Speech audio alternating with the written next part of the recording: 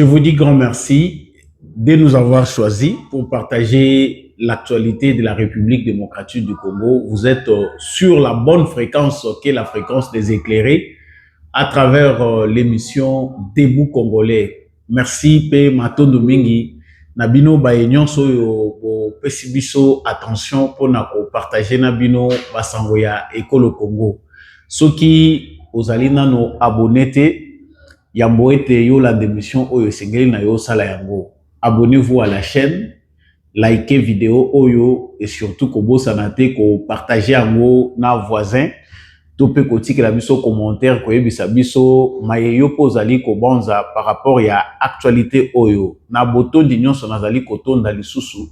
Bande ko nyonso bozali abonné na etando bozo continuer ko pesa biso force ba remerciement na biso na bande ko bozo soutenir biso financièrement, moralement pour que etando ya sika ekoba kozwa makasi ebele boyeba kingai na GCAM télévision.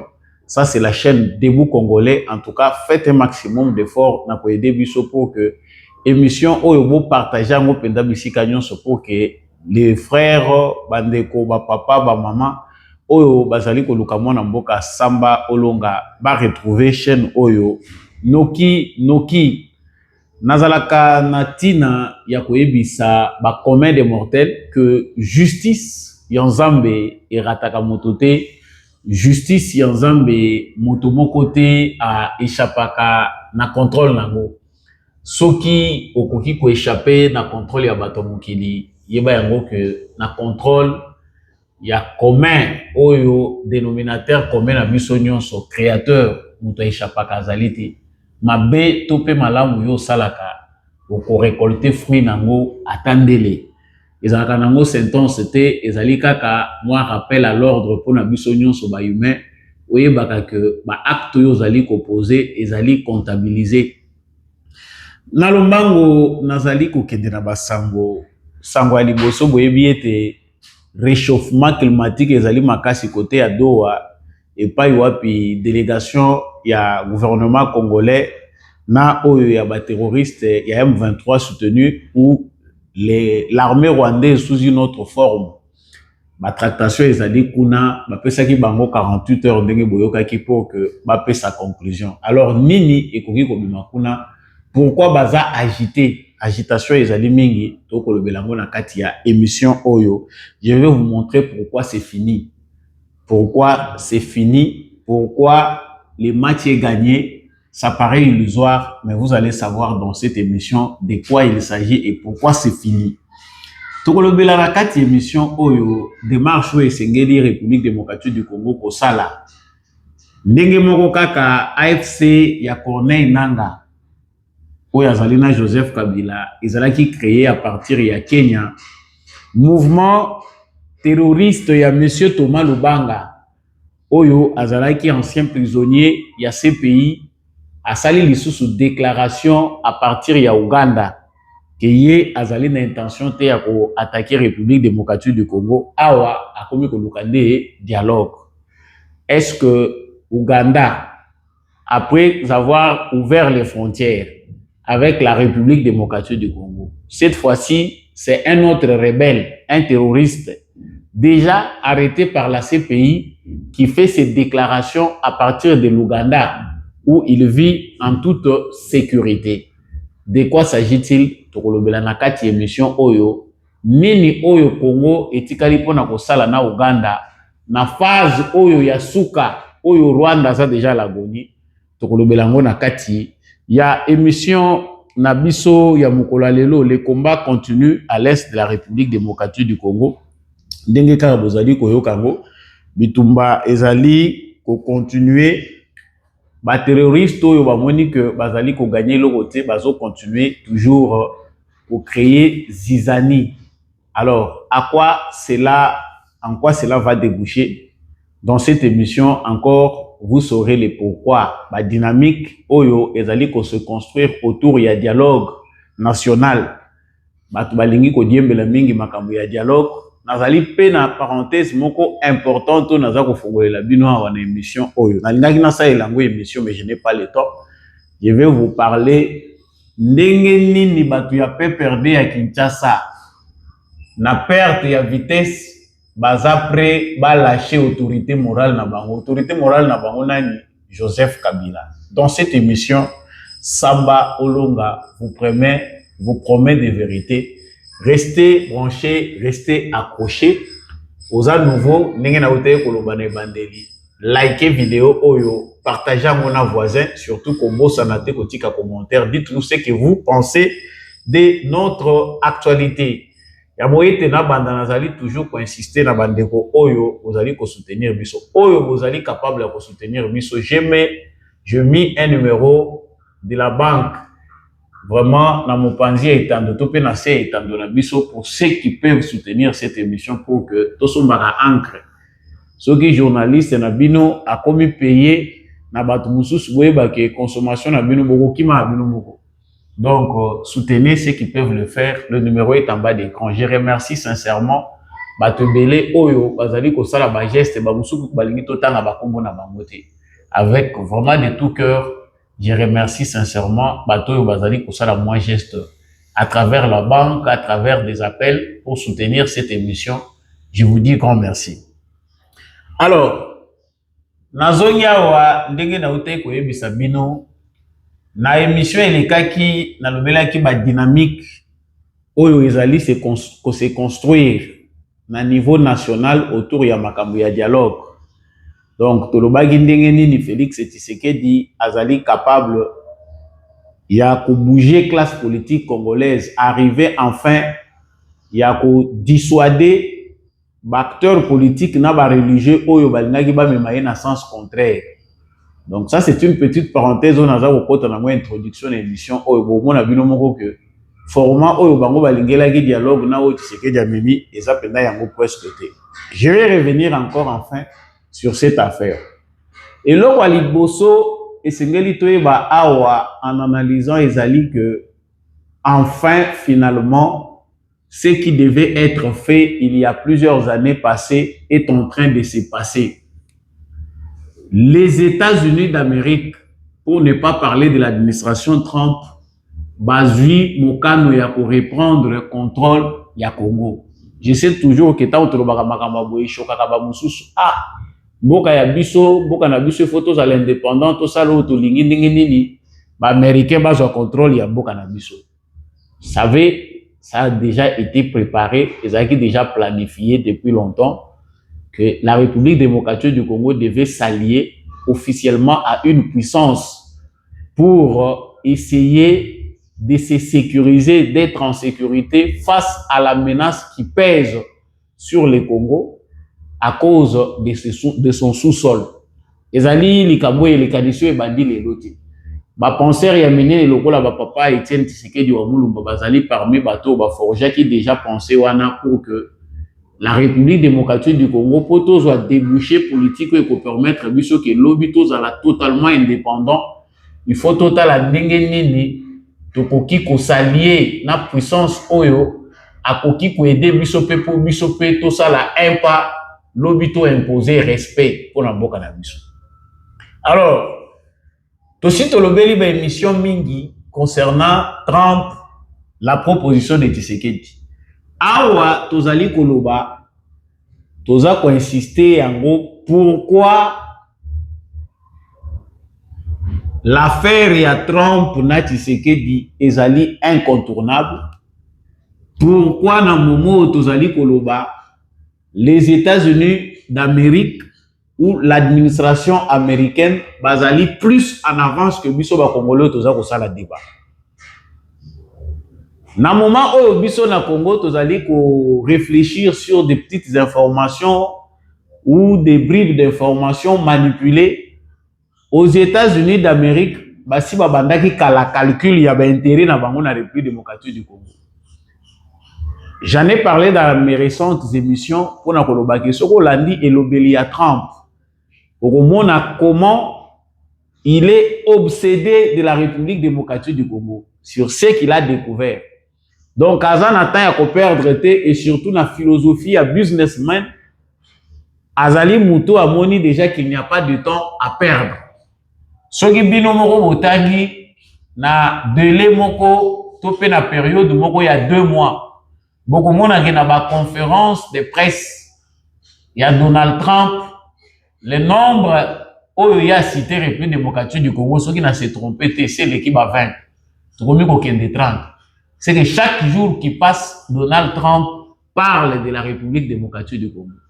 Ça montre clairement que l'idée, l'affaire, il y a Congo est comme un centre. C'est vrai que nous ne pouvons pas nous en réjouir parce que tout ça, nous avons chemin où là, mais c'est un pas important où il faut aider biso soki toza sérieux na organisation na biso interne to faire avancer makambo pour notre bien. Ndenge Félix Tshisekedi aza kosala. Awa naza koloba le Félix Tshisekedi ne blague plus.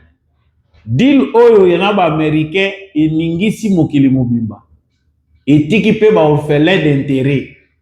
Bo permettre ngai na beta biloko na beta ka ndenge wana ba mo mususu na sangisa kango orphelin d'intérêt, peut-être vous allez vous kosekanango na banda ko place bozolandango. Les orphelins d'intérêt, ce sont ces gens-là qui ne se retrouvent pas dans la configuration actuelle, dans la géopolitique actuelle des réserves et la République démocratique du Congo. Pour ceux qui connaissent mieux la République démocratique du Congo, qui connaissent ce que la République démocratique du Congo, Bokanabiso, tous allez représenter aux yeux du monde, bah, pour comprendre qu'actuellement, il y a une reconfiguration politique. Il y a affaire dans la République démocratique du Congo. C'est-à-dire politique, topé démarche, il y a Félix Tshisekedi au sommet de l'État et comme il comportait ma fouille na yango. Tout le pays cherche à s'aligner pour ne pas perdre leurs intérêts. Na moment nazali koloba kolandi ambassadeur ya Chine azako samba. Il y a une forte délégation chinoise qui est venue en République démocratique du Congo. Ba komi ko samba. Bazo samba pourquoi? Balobi, il y a une opinion qui dit que biso Chine to kote la Congo te, biso Chine to kipaka makamwe o ezo de kana est ya Congo te. Nous avons toujours soutenu le Congo. Nous avons les armes que nous avons fournies à la République démocratique du Congo.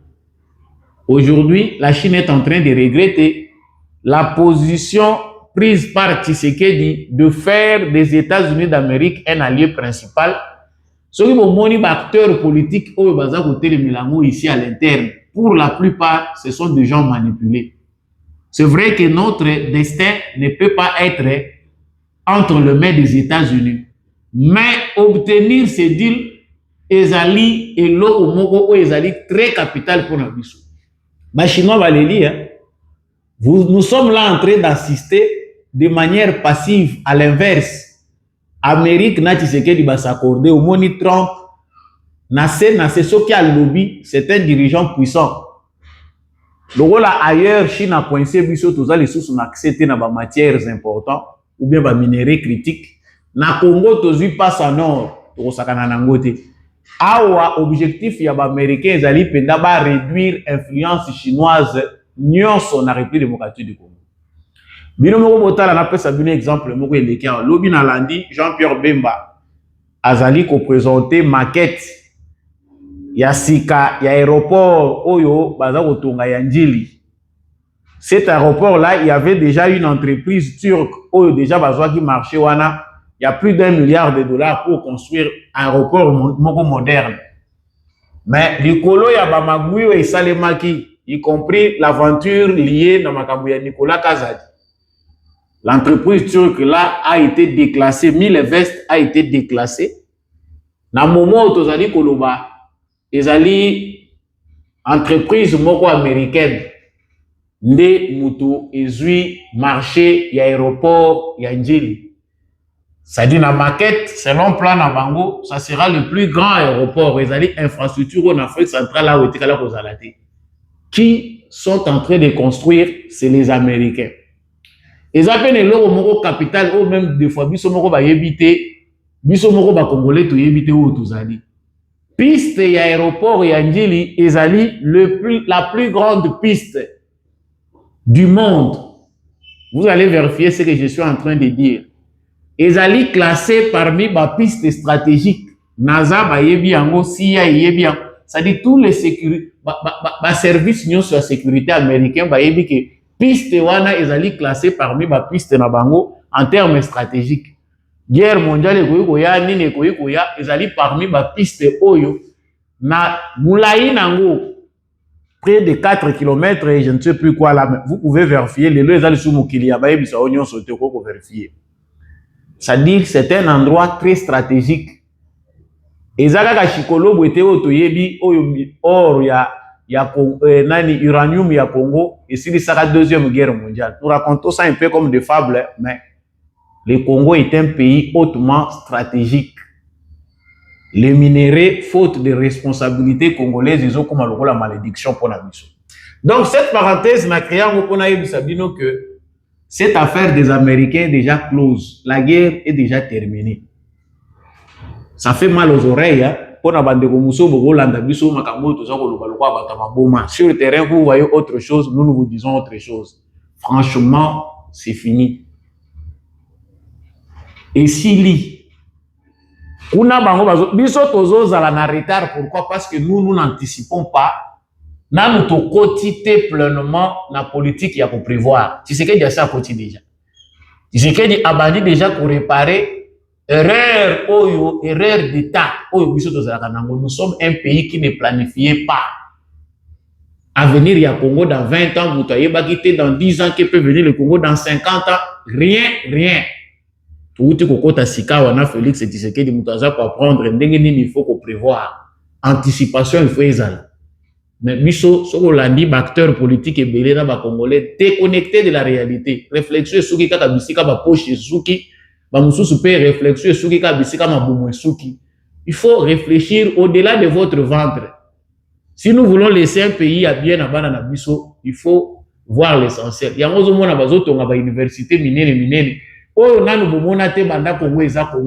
en train de construire dans plusieurs provinces. Mais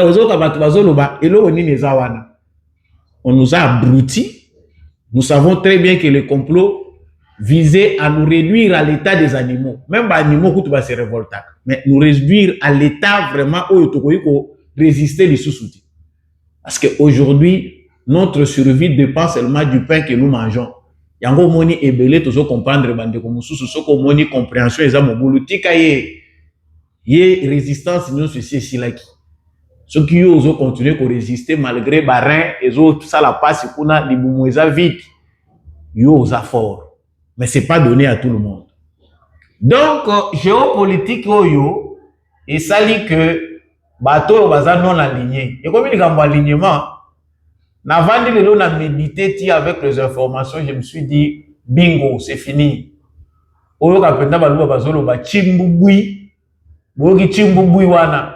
Ceux qui sont physiquement et spirituellement connectés, ils font déjà la fête. Le Congo a gagné. Tout ça, l'alliance moro légendaire, alliance ceux qui savent ce que sera le Congo demain, ils jubilent déjà, bazo ça la fête. Fête ou aneza ya batamabo mate, yo oza non en retard parce que vous avez être spiritualité. Donc, l'affaire de Trump est une aubaine quelque part spirituelle. Tshisekedi a bien joué une carte qui devait déjà être jouée longtemps. Mais Ezalaï peut causer la Mutumoko, l'homme de la situation.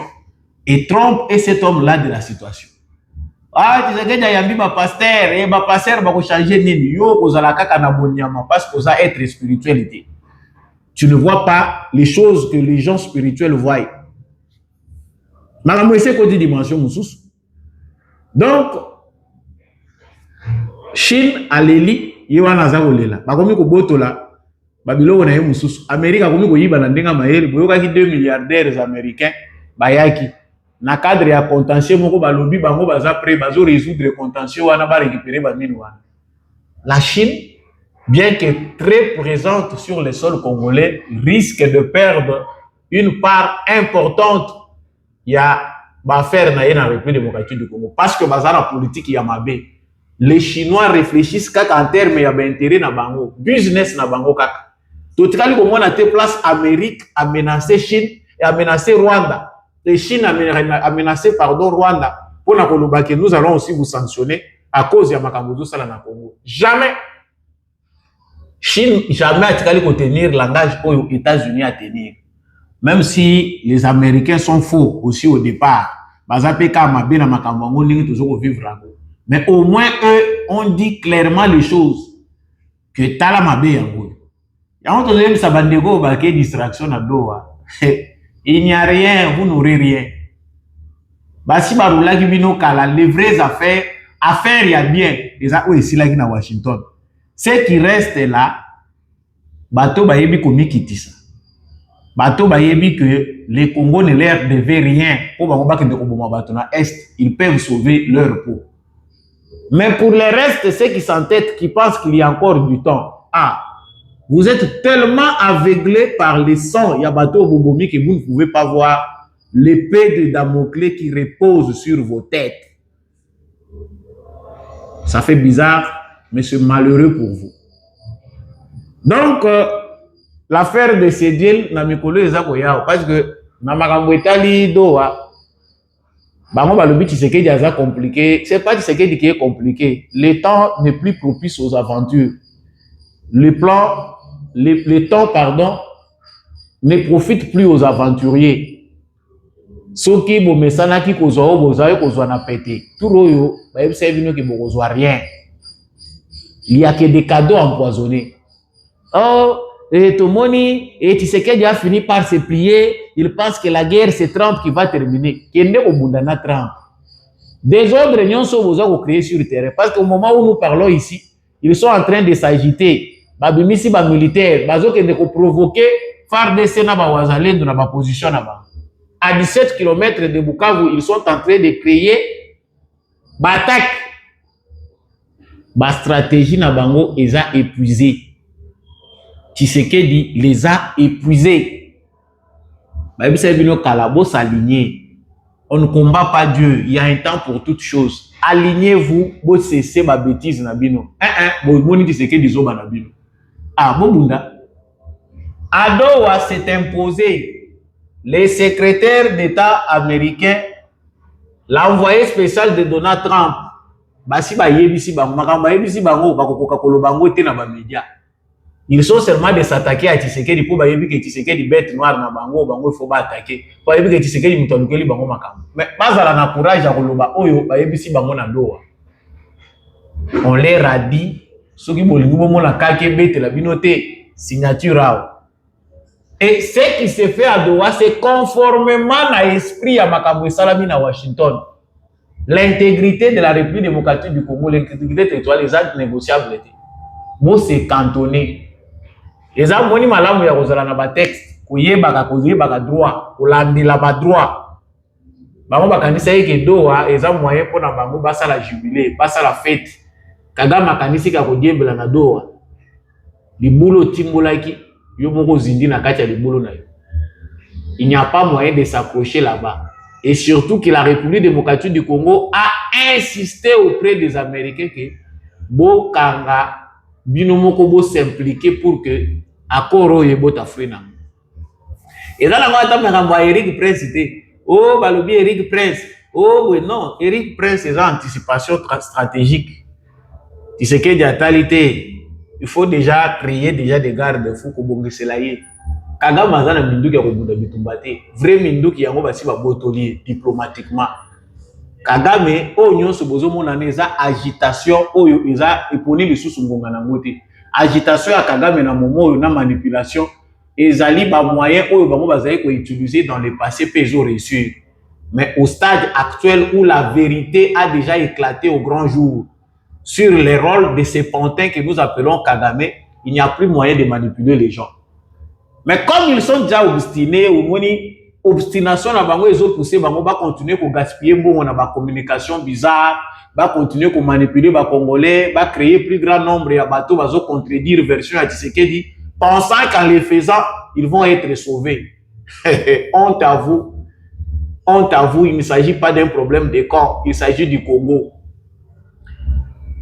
Sawami Balé,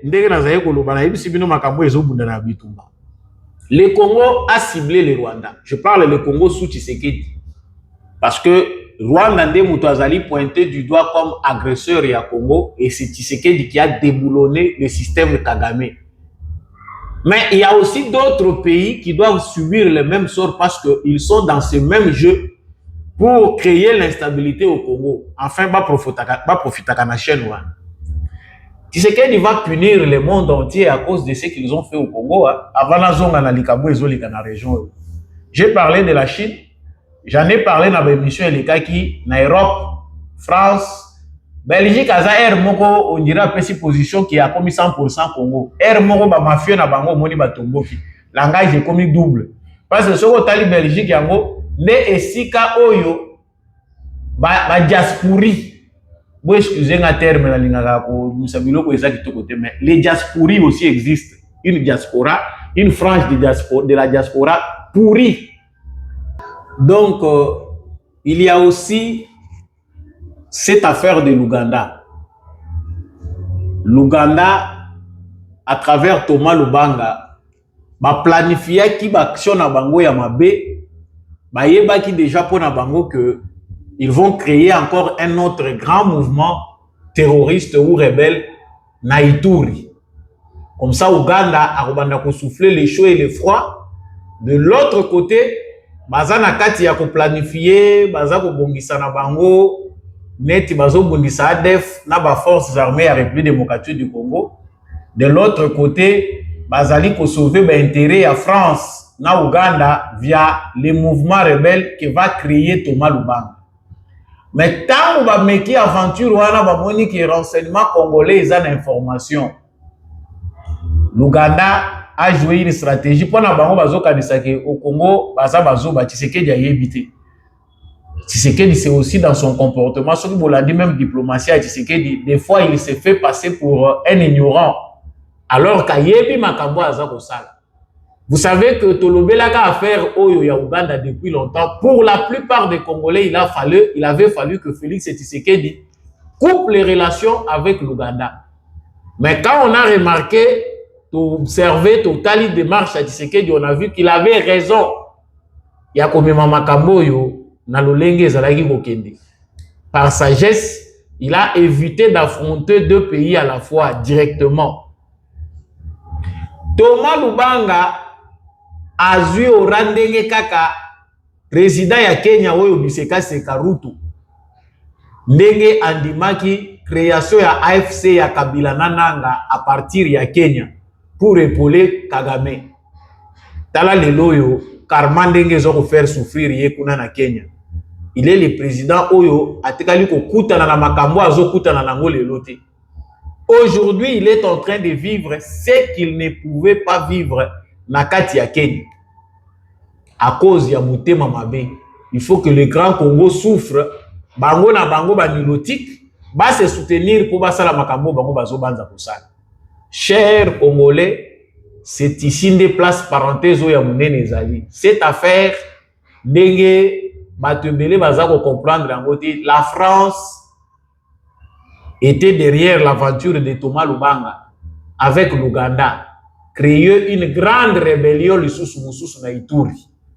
Mais le rôle bakaba timbeli bango babimisi siko Thomas Lubanga.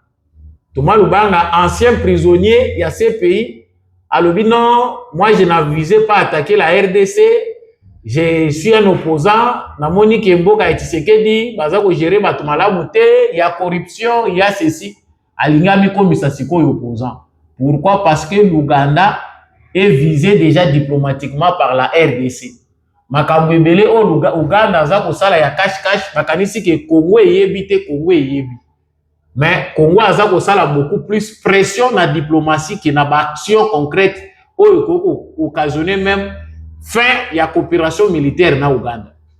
Mais Congo a dit que c'est nous qui perdons en termes de temps, ce qui directement to kabwani na Ouganda parce que ba intention na bango ezali nde ya ko créer grand désordre wana na faveur na bango.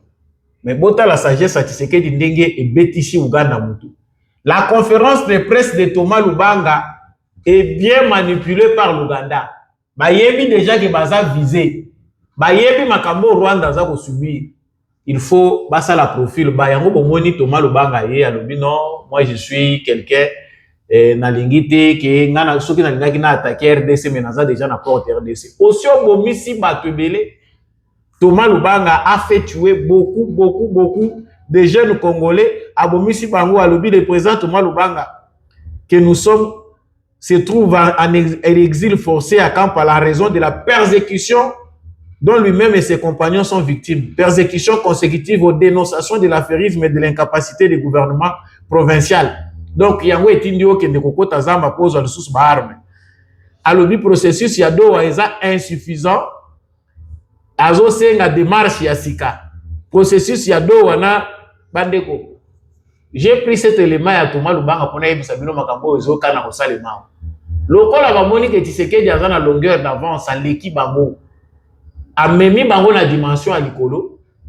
Bayokani sikoyo badiembela wana processus ya dialogue national. Ils sont maintenant dans une démarche pensant que ça ne suffit de faire salema. Ba sangisa lisusu na ba rébellion, na ba acteur politique ba boya ki élection. Na banani baya ko tia bango na kitunga moko. Ça, Tshisekedi ne l'a pas voulu. Aboya ki basango ba yebi démarche à Tshisekedi très bien. C'est que Tshisekedi veut. Il doit y avoir une différence entre Sun City. Sun City pacte au tout ça là. Et ça ko pesa biso les sous occasion te pote ya ko bandela les sous Sun City de. So bozala ki batu boza ba senzité mbele biloko et se répéter les sous. Mais le rôle bino na Kabila bozala ki même moral. Ba politicien ya AFDEL. Vous êtes obligé chaque fois d'aller en brousse. Donc Thomas Lubanga, après avoir été utilisé, après avoir encore été, après avoir souffert dans ces pays, Azongi le sous ba utilisé kaka, n'a pas même personne va utiliser. La France vise l'or, la France vise les matières premières de l'Ituri, mais elle est kaka nanzela ya Uganda. Tshisekedi asali bango clé boa. Il y a un dialogue où il y a un format où il y a 5 ans à Tshisekedi à Boyi yango. Dans la bataille, la Batoma Lubanga. Maintenant, il cherche maintenant une place. Ozo ya na dialogue pour y avoir finalité na yota ozo luka oya ba ya kokotsa na dialogue. Non, démarche ya Washington na ya Doha eza holistique te naza et il faut une démarche plus holistique. Ah, démarche holistique et la kisi bazo bino lisusu ba criminel. Qui avait sacrifié des gens, bah, il y a des ressources dans le gouvernement. Boye bibino moko que ça possible. Tant va belle la bibino qui est tout le kakimia, bosenzi na bino etinda bibino bosa la kama makambo ezati na te. Parce que vous voulez maintenant que Tshisekedi asala ni. Yango moni démarche ya 5 ans eza ko viser ko sécuriser baninga na bango wana à travers un dialogue. Le rôle a tout échoué pour boma Tshisekedi. Tout échoué pour renverser le régime na ye. Il faut maintenant to ya kozonga que entre le pacte pour te feindre que tu as la cohésion nationale. Cohésion nationale est l'unique que que biso to komi ba ubu na bino. Ou bien biso nyonso ba jeli to zo bota malelo biso peto ye ko la ko créer ba mouvement rebelle. Chaque fois que le gouvernement a séqué ko kota biso peto que de ko créer ba rébellion pour ba luka la biso esika ba cha biso. Bo senzo yesengeli esila. Vous excusez ma terme, mais moi je pense que ce sont des termes qui conviennent à des gens qui ne réfléchissent pas, qui sont sans âme, sans cœur, ni foi. Affaire yango de côté toujours kokende. Mais Tshisekedi c'est bien s'imposer dans le temps. La vengeance est un plat qui se mange froid. C'est vrai Tshisekedi avait raison. Ceux qui ont Congolais qui découvrir était ma bio ezaki na mboko ah olingi no mboko te po yema kamboza ko likawa te. Tout ce qu'ils sont en train de faire ici ba yebi ba momoko que eko aboutir na eloko moko te. Maintenant c'est la volonté de Tshisekedi qui s'opère. Atikela ki bango tamba sakana na ye.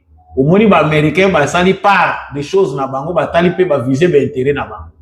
Maintenant mutu na mutu se défendre. Ngel loko na lingela ka Trump ezaki mutu na mutu azala devant ba responsabilité na ye. So ye ezalaki ba Biden awa to pe ba président mususu à la tête des États-Unis. Balingaki ba sangana kitunga moko na ba français ba européen ba ya ko sakana na biso. Trump a eu part na ye. Ezakop a eu part na ye, il veut faire aussi sa part. Bino be européen bo convaincre peut ce que dit ça la paix par na bino si c'est que il a besoin de vous so bolingi schéma oyo bazo proposer binoté oyo ko kozongisa kimia bolingi statu quo alors vous allez souffrir chers congolais makambo tozo lobeza ba éclairer bato bazo mona musika soki yo zo mona noka ka menace ba M23 ozo mona bango ndenge baza ko se manipuler parce que oyo nyonso bazo sala wa eza ba manipulation ils veulent nous faire croire que le pays est déjà parti. Ils ont balkanisé. Oui, c'est vrai, ils occupent des pans entiers, il y a des localités, il y a des des villes, mais la stratégie contre eux, ils allaient couper sa solution définitive.